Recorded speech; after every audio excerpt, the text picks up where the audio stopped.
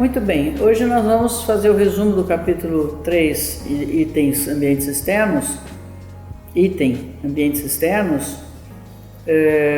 que é uma parte muito extensa e que, para fazer um resumo, eu tive que realmente condensar muitos pontos mais importantes, ou seja, aqueles que realmente são importantes para serem gravados e utilizados nos seus trabalhos.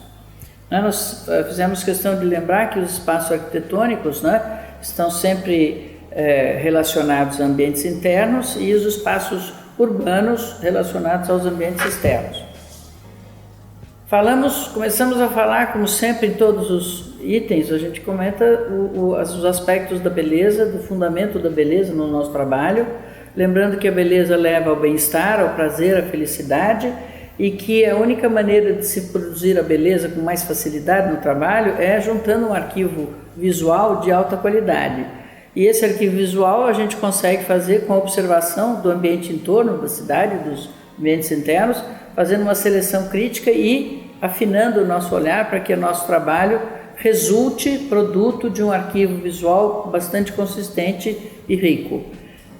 Falamos que os ambientes externos são principalmente contemplativos e que são dois pontos importantes. Eles são ambientes contemplativos por excelência e os espaços urbanos são ambientes democráticos, e por isso que o poder público deveria cuidar da qualidade para que as pessoas pudessem usufruir de forma igual a beleza da cidade, falamos também em seguida sobre o nosso atendimento ao ser humano na sua integridade, ou seja, integridade física, fisiologia, que é a visão no nosso caso, a integridade psicológica, da parte emocional dos nossos sentimentos, e não mais dos sentidos. Na parte física são sentidos, na parte emocional os sentimentos. E que nós devemos também obedecer à nossa consciência quando temos uma opção de projeto que pode beneficiar o cliente, o usuário, a comunidade e o meio ambiente. Nós devemos buscar atender a essa soma de interesses, do ser humano, do usuário daquele espaço, dos objetivos do cliente, da comunidade e do meio ambiente. E lembramos então que essa maneira de enxergar a parte fisiológica do ser humano nos seus sentidos, que é o sentido da visão, no nosso caso, e a parte emocional, que é a sua parte psicológica, forma aquilo que nós denominamos internacionalmente da arte e da ciência da iluminação.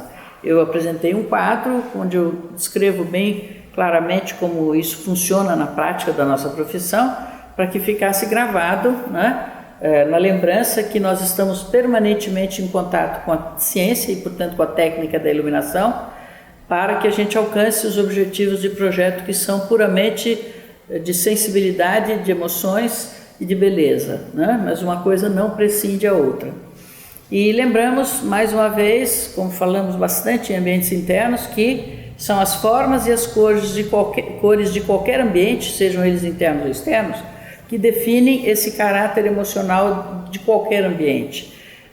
Portanto, as formas vêm da direção da luz e da modelagem do ambiente. Fazendo uma comparação, os dias de sol são aqueles que têm muita sombra, porque tem maior contraste, e os dias nublados são aqueles que são mais difusos, porque eles têm menor contraste, já que existe a difusão da luz através das nuvens. Passando isso para os ambientes internos, para a iluminação dos ambientes internos, nós podemos dizer que, da mesma maneira que os ambientes nublados são menos interessantes e os dias ensolarados são mais atraentes, os ambientes definidos cenograficamente com maior acentuação de formas e sombras e intensidade das cores do ambiente externo são muito mais interessantes do que aqueles ambientes difusos, onde a graça da textura das superfícies e das formas não é percebida com tanta intensidade, com tanta valorização. E além das formas, associa-se a isso as cores, principalmente cores frescas da manhã e cores mornas da tarde, para que nós tenhamos impressões diferentes em termos de reação emocional. Nos jardins, a intensidade, a diferença das cores é bem mais cenográfica do que propriamente emocional, ao contrário do que acontece nos ambientes internos. Nos ambientes internos, a cor tem um componente psicológico fortíssimo. Mas nos ambientes externos a gente tem uma permissão maior de uso variado de cores, já que nós estamos falando de ambientes que são prioritariamente cenográficos, não no sentido do teatral, mas cenográfico no sentido de um ambiente mais rico do ponto de vista do estímulo visual, ou seja, da variedade visual, né? Então aqui nós temos uma mesma fotografia, uma foto aqui do ambiente do Vale do bairro do Morumbi, num dia de tempo nublado e num dia de sol, para ver como as cores são mais vivas, como as formas tornam os objetos vistos mais interessantes, ao contrário do dia nublado. Assim é também com as áreas externas, especialmente fachadas e jardins, né? Aqui novamente uma cidade nublada, que é a cidade de Hong Kong, Baía de Hong Kong, e aqui uma vista aérea de Veneza, focando a Praça de São Marcos, né? Dois momentos, imagens completamente diferentes em termos de estímulo visual e de interesse visual. E aqui duas tonalidades diferentes, né? As cores frescas da manhã, com alta intensidade dos azuis, dos brancos, do cian do mar, do verde dos palmeiras, que são todas as cores do comprimento curto, do começo do espectro. E à tarde as cores mornas, né? Tendendo ao sépia, ao marrom, à madeira, ao barro, à terra, e o pôr do sol, que é avermelhado e laranjado, né? Então essas são a dualidade que a gente está sempre mostrando para vocês para facilitar a vossa composição de ambientes quando trabalharem. As outras duas características de ambientes externos que são importantíssimas, importante lembrar, vamos precisar isso, é que ambientes externos, se não terem um teto bem constituído, como nós temos ambientes internos, não existe o processo de interreflexão, a não ser quando haja uma cobertura de nuvens, né? Então haja uma interreflexão que diminui o aspecto de sombras, né, da paisagem. Mas em geral, por não existir o teto, ou por teto mesmo que quando de nuvens é bem alto, há uma maior incidência de sombra, sim, pela ausência de interreflexão. Então, os ambientes tendem a ser mais da composição, como nós categorizamos, como dramáticos, e, portanto, a paisagem passa a ser mais cenográfica. E a segunda observação da diferença é que, ao contrário dos ambientes internos, onde o nosso foco de visão está na nossa horizontal, nós tendemos a olhar para os ambientes externos com um foco acima da linha de visão, da horizontal. E isto faz com que os sistemas uplighting, ou seja, os sistemas de baixo para cima, que privilegiam as partes inferiores dos objetos da vegetação, dos detalhes de uma fachada ou das pontes, qualquer que seja o objeto, né? Eles estejam, portanto, melhor apreciados com a iluminação de baixo para cima do que de cima para baixo, né? A gente vai falar disso logo em seguida, falamos antes, agora vamos repetir apenas aquilo que é realmente interessante. Toda vez que nós usarmos sistemas downlighting, ou seja, de cima para baixo, seria de postes iluminando pisos de superfícies de praças, de estacionamentos ou de ruas e de vias e calçadas.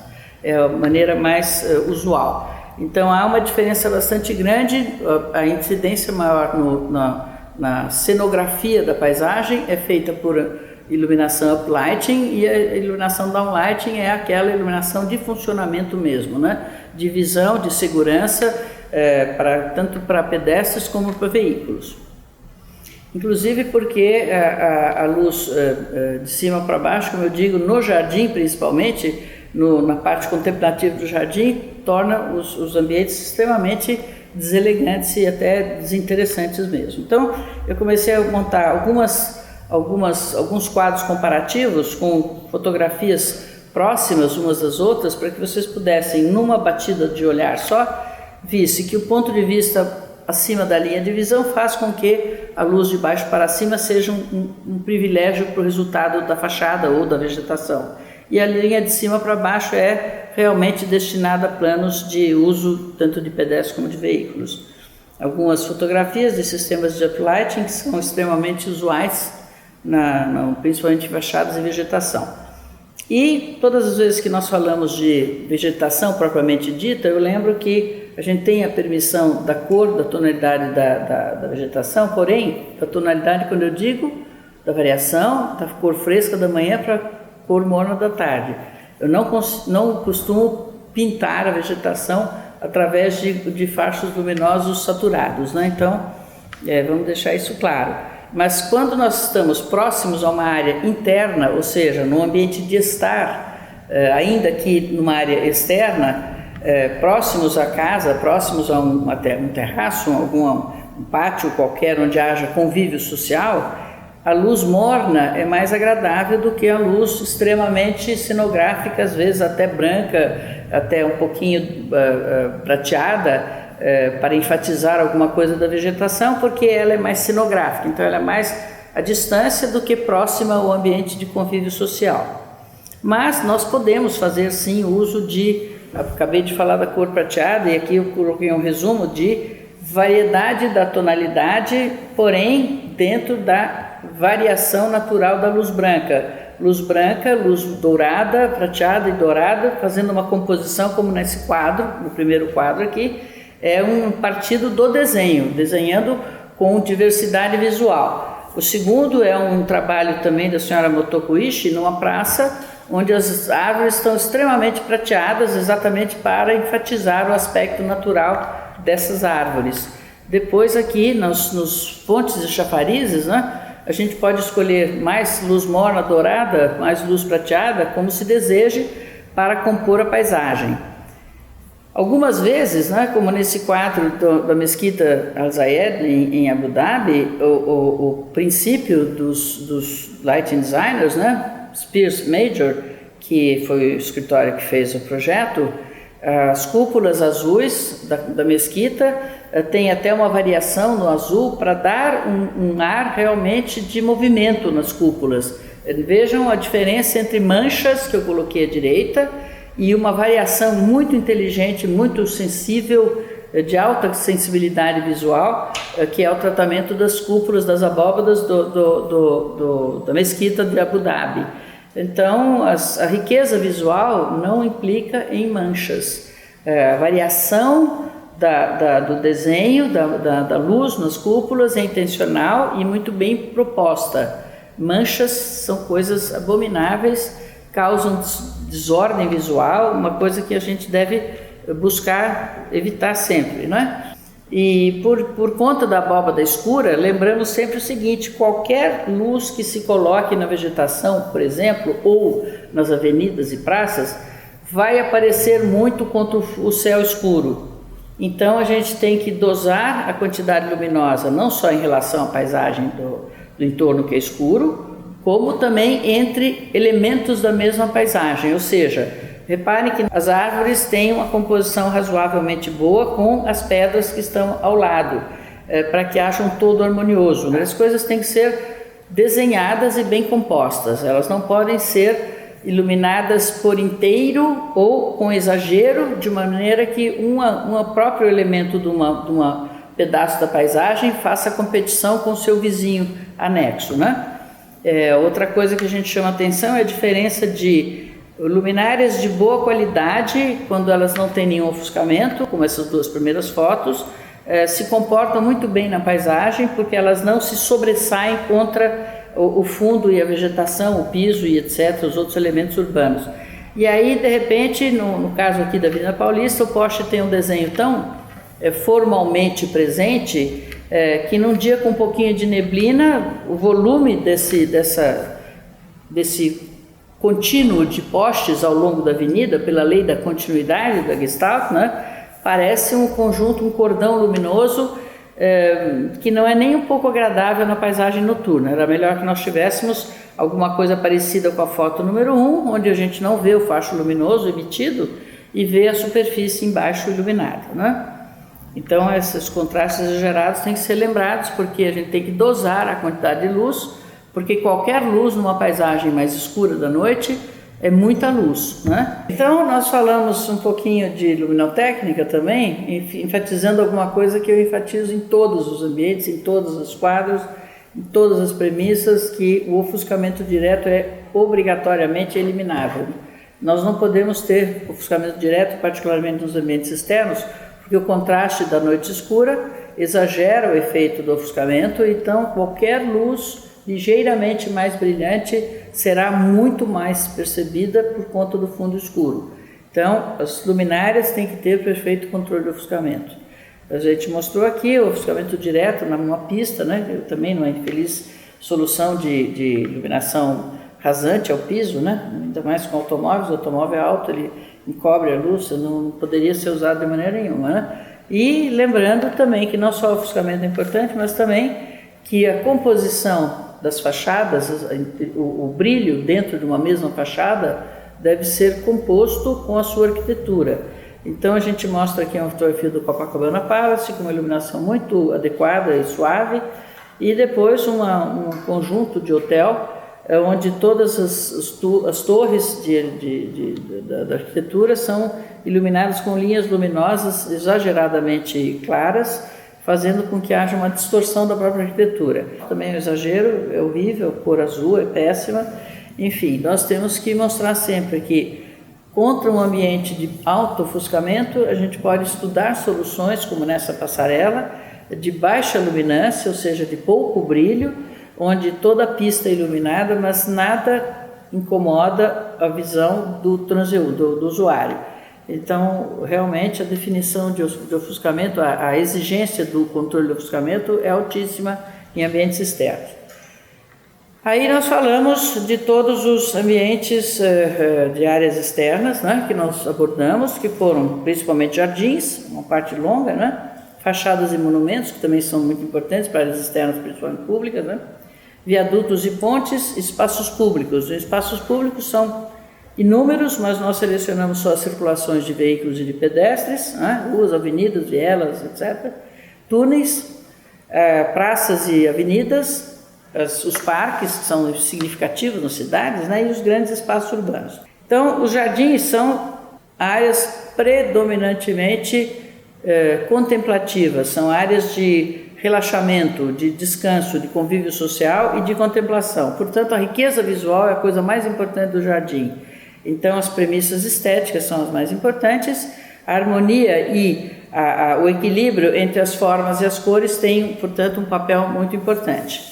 Uma das coisas importantes dos jardins é saber escolher o que nós vamos iluminar e o que nós não vamos iluminar, porque o desejável à noite é que a gente tenha um desenho de objetos ou de coisas iluminadas que formem um conjunto harmoniosamente agradável, esteticamente agradável, harmonioso. Então, aqui nós vemos a beira de um lago, que é todo preenchido com pequenas cerejeiras na borda, uma árvore muito grande no começo e alguns bambus no final à direita. Entre um e outro há uma massa de vegetação que nós escolhemos não iluminar para que houvesse esse contraponto entre a árvore de primeiro plano no começo, o cordão beirando e definindo o lago, com reflexo inclusive na água, e à direita um conjunto bastante orgânico de bambus que tem uma presença assim volumétrica muito interessante também. Então o desenho é mais ou menos isso, a gente tem que escolher a figura, escolher a fotografia e desenhar de maneira que a gente tenha um conjunto harmonioso.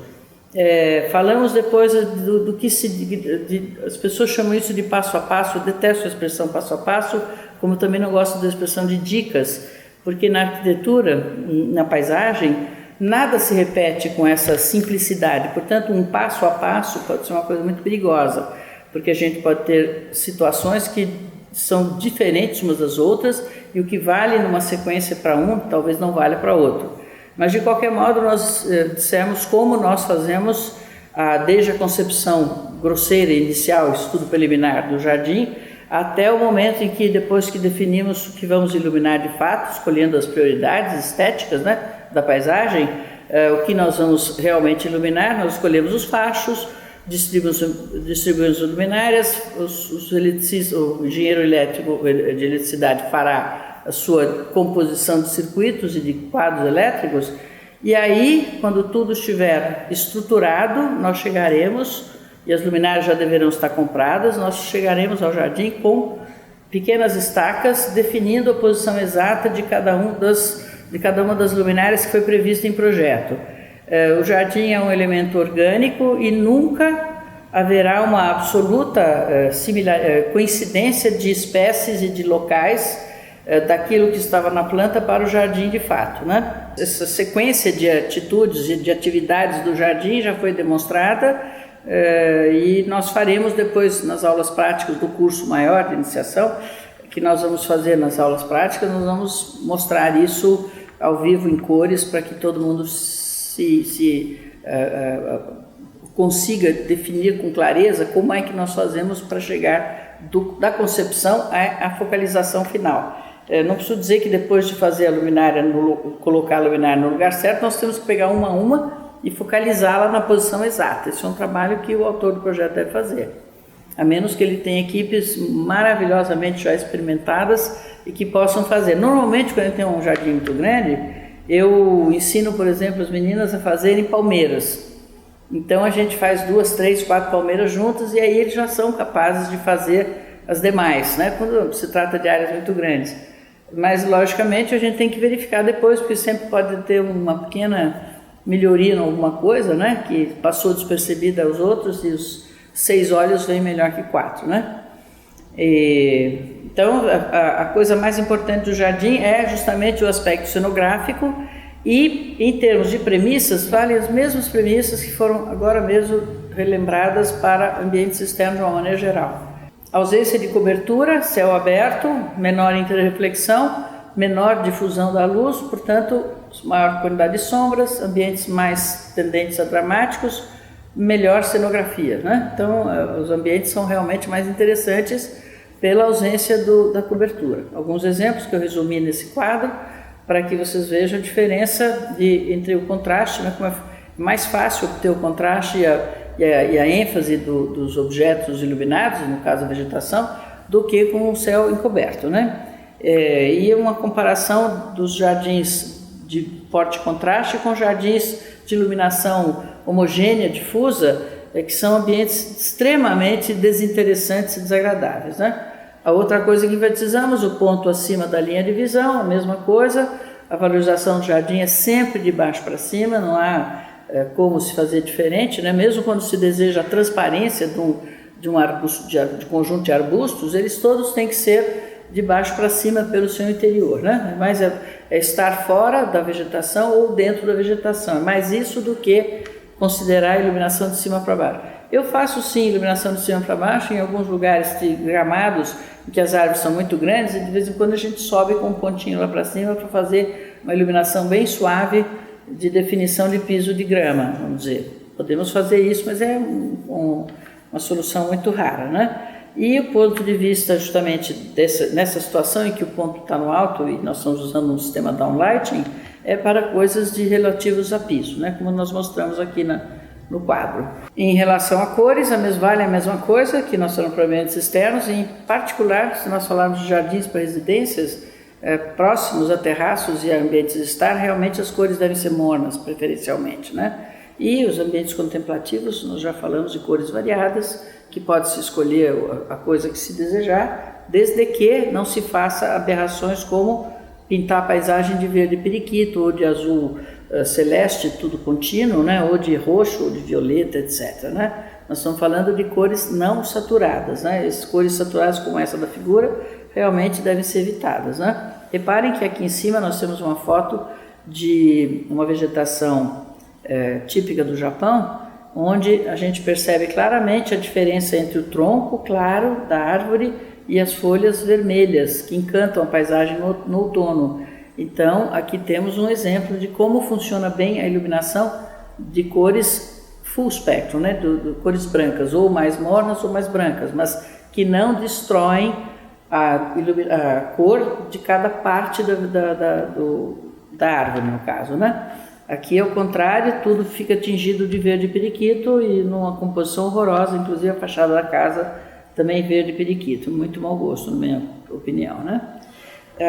Outra característica, lembrando a mesma coisa de ambientes externos, são os contrastes exagerados, que devem ser evitados, especialmente em elementos como escadas. Às vezes as escadas têm essa mania de usar cordões nos degraus, os cordões são tão intensos que você começa a enxergar a escada como se fosse uma cascatazinha, uma pequena cascata, né? Eles ficam contínuos, um brilho contínuo faz com que a gente perca a noção da escada e torne a escada um objeto muito inseguro, né? O ofuscamento, evidentemente, obrigatoriamente nulo, né? Como se mostra aqui na figura. Além de jardins, outros ambientes externos, que principalmente esses próximos à residência, né, como os terraços cobertos, que nós enfatizamos porque é uma área de transição entre a área interna e a área externa. Segundo algumas pessoas, os paisagistas acham que são eles que têm que fazer o terraço e as pessoas de interiores devem fazer a parte do terraço, né? Eu acho que sim, a arquitetura do terraço pertence ao ambiente interno, deveria acompanhar a residência, mas com um diálogo muito correto com o paisagista, porque a área de terraço é transição, não só para se poder ver o jardim, ele não pode ser muito iluminado, porque senão o jardim perde valorização, porque toda vez que ele tem uma cavidade clara entre um fundo escuro e o interior, essa cavidade do meio, se ela for muito clara, ela perde o contraste e a apreciação do jardim que está no fundo. Então, o terraço tem que estar abatido, mas para que se veja o jardim lá ao fundo, mas não tão abatido, com tão pouca luz, que o ambiente interno passe a ter nos vidros do terraço um espelho. Aí nós vamos ver o ambiente interno. Então, a transição, o desafio do terraço é fazer uma transição correta que permita apreciar o jardim, principalmente se ele for um jardim de grandes dimensões, permita enxergar, usufruir também o terraço e não provoque o efeito espelho para que a gente que esteja no interior não se veja no espelho, no vidro do terraço. Então, é um desafio de composição de luminâncias, ou seja, toda vez que a gente quer apreciar o jardim, obrigatoriamente a sala tem que estar diminuída, principalmente os pontos focais, como os abajures e alguns pontos de interesse de luminárias decorativas. É muito importante fazer esse jogo corretamente. E por isso que os sistemas de controle são tão importantes, é para fazer esse uso perfeito da transição de dentro para fora, que vale tanto para o verão quanto para o inverno, lembrando que no inverno as portas estarão fechadas e o efeito especular vai aparecer com mais facilidade. Então, dentro da sala a gente tem que abater, a sala tem que ficar mais cenográfica, sem pontos que fiquem brilhando no espelho. O terraço tem que ser visto, porque ele é uma continuidade da sala, e isto amplia a impressão da sala, mas esses dois conjuntos, terraço e esse conjunto terraço e interior da sala, deve ser tão suave que permita ver todo o jardim. Então, é uma questão de composição de intensidades. Isso a gente mostrou e eu faço questão de lembrar que esse é o ponto a ser estudado em terraços, né? Portanto, os acabamentos do terraço são mandatários, porque se o terraço é todo branco de piso e paredes, haverá muita interreflexão e haverá, portanto, uma cavidade clara, quase que impossível de controlar, porque a própria luz interna vai se espalhar para fora e o ambiente daqui será extremamente desconfortável para a apreciação do jardim.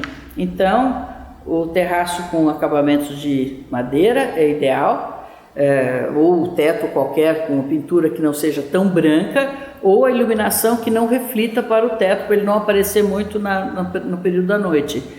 Aqui nós temos o oposto, é um terraço completamente escuro, com elementos do terraço iluminados e apreciação da paisagem da cidade ao longo. Bem longe a gente pode ver a cidade aqui nessa fotografia, e aqui existem apenas pontos focais no ambiente que é de acabamento escuro, né? Entre um e outro a gente pode se compor no meio do caminho e ter bons resultados. Para isso, os sistemas de controle são fundamentais, né? Sem isso, a gente não usufrui plenamente dos ambientes de jardim e de terraço e de interior de sala, né? Outras são os pátios de áreas de estar, onde a gente pode fazer refeições na área externa, os churrascos, etc., que podem se prolongar até a noite. Eu pus aqui uma fotografia de uma árvore cheia de pontinhos luminosos, que eu gosto muito, porque não só enfeitam a árvore, como também dão uma iluminação muito suave e muito confortável para quem usa essa mesa e esse ambiente.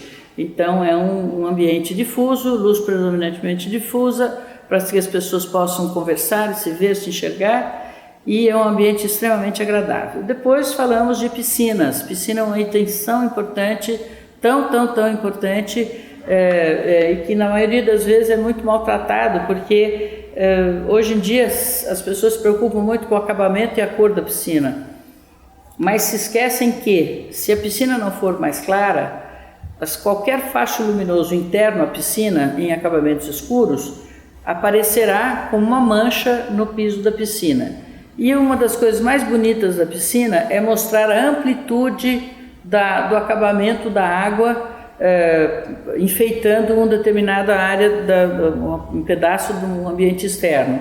Então reparem como nessa fotografia a mancha dos projetores na piscina, que não iluminam a piscina, eles apenas fazem um triângulo luminoso na piscina, deixando o lado direito completamente escuro, e tão escuro que a vegetação do lado direito aparece muito bem como um rebatimento no espelho que se transformou a piscina, né, por estar escura.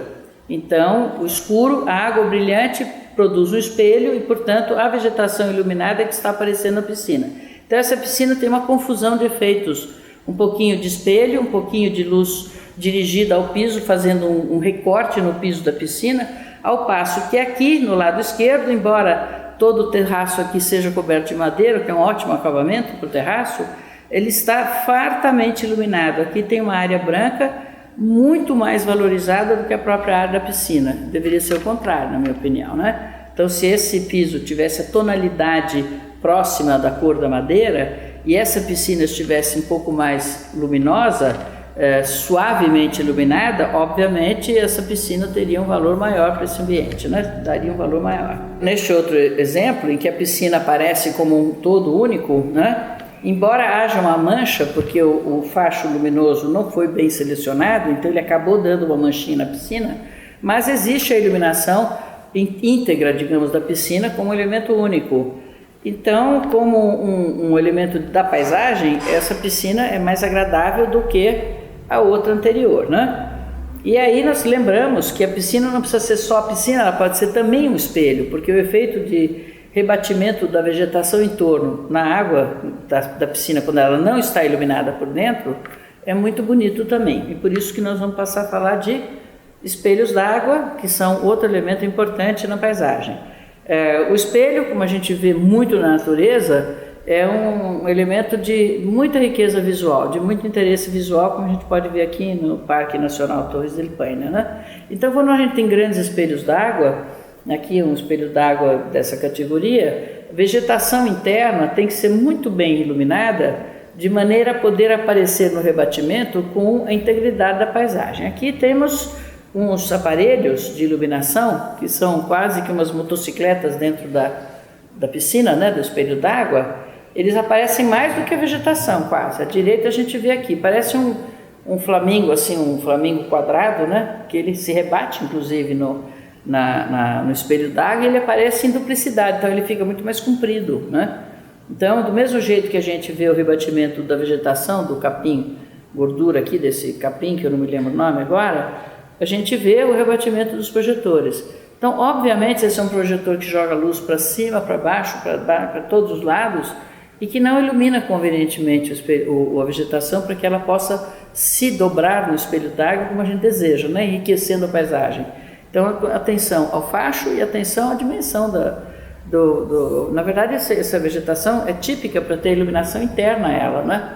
Aí a gente não veria ninguém no espelho d'água, não teria o problema dos 12 volts, 24 volts, 220 volts, e disso, e de etc., de eletrocução, etc., mas aqui o aparelho mais parece que está iluminando um muro da penitenciária do que uma vegetação, né?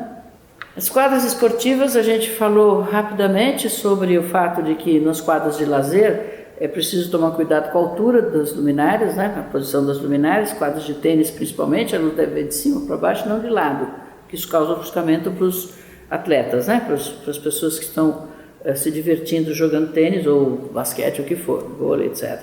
Então, a altura dos postes é importante e o facho da luminária para evitar o ofuscamento que a gente percebe desse lado aqui, né? Então, muito cuidado com as quadras. Eu visitei anteontem uma quadra que um cliente considera né? Boa para a prática do tênis, e eu falei para ele, então, joga a bolinha para sacar para você ver como vai dar o ofuscamento. E realmente dá um ofuscamento muito forte. Mas é uma quadra de lazer, no condomínio, então não é alguma coisa que seja assim tão grave, né? é uma coisa perdoável, né? Mas aqui no caso não. Ali eles têm altura boa, só a luminária que tem um facho exagerado. As escadas são aqueles elementos importantíssimos que têm uma alta dose de incidência da segurança, né? Principalmente para pessoas de idade, e que não podem ser iluminadas de maneira que a gente perca a identificação da quina do piso e do começo do piso do outro degrau. Então, a diferença entre o piso de cima e o piso de baixo tem que ser muito bem visto. Como fazer isso? De várias maneiras.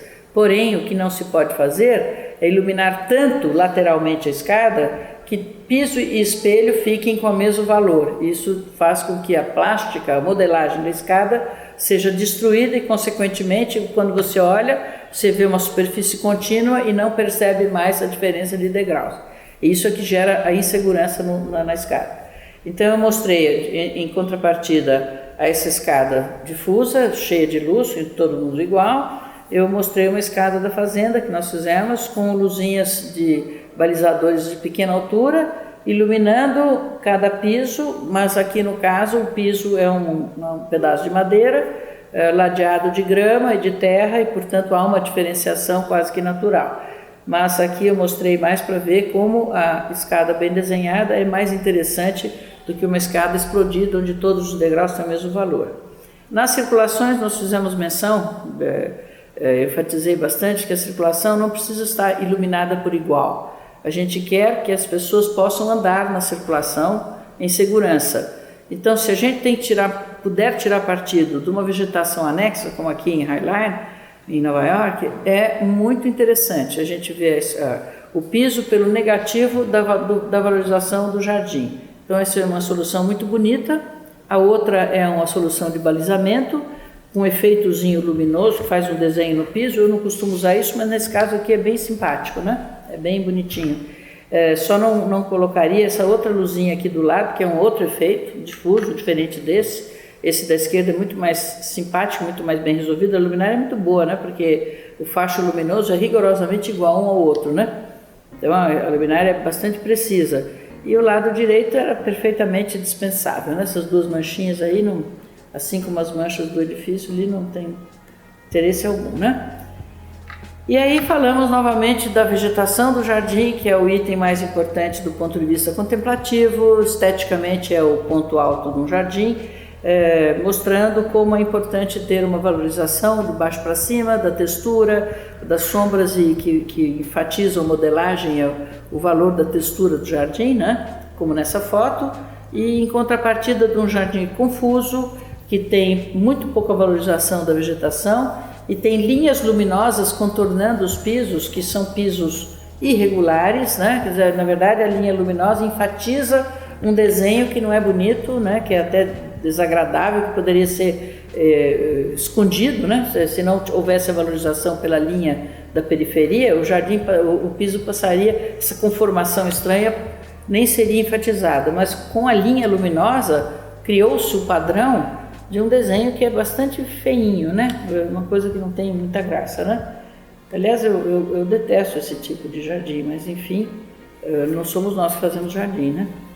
E aqui de novo falando de cores, lembrando que a cor do jardim para mim é a cor das flores do jardim, a diferença de vegetação, de verdes da vegetação, de verde caule, por exemplo, bambus são extremamente elegantes do ponto de vista do seu caule, das suas folhas, né?